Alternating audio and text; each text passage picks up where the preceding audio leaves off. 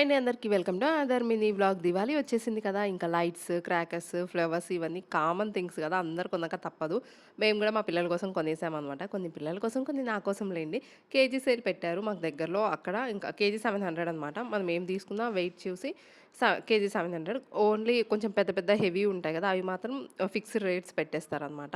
So, మేమైతే ఇవి తీసుకున్నాం. ఫ్లవర్ పాట్స్ నాకు చాలా ఇష్టం. పాంపామ్స్ అయి పిల్లల కోసము అండ్ స్టిక్స్ ఉంటాయి గదా! అవి నా కోసం అనమాట. సో, ఇవి తీసుకున్నాము. అంతే మా వారేం కాల్చరు, పేల్చరు.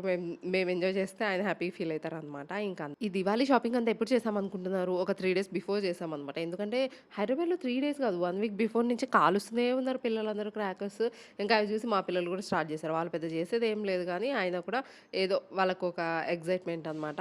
అండ్ స్కూల్‌లో కూడా దివాళీ సెలబ్రేట్ చేశారు మా రిత్తుది.